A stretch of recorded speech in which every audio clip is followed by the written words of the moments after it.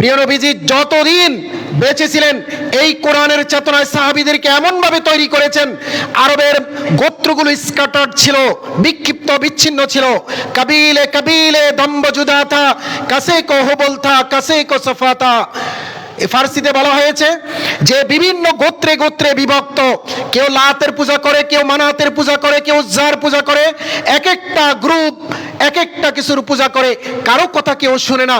এই বেদুইনগুলোকে কোরআনের চেতনায়, তৌহিদি চেতনায় এতভাবে সুন্দর এবং আলোকোজ্জ্বল এবং সুস্থ মানুষে পরিণত করেছেন যে এরা ইসলামের ধর্মে কিয়ামতের আগ পর্যন্ত যত মানব পয়দা হবে, এই পৃথিবীতে আগমন করবে, সবার জন্য তারা মডেল, সবার জন্য তারা অনুসরণীয়, অনুকরণীয়।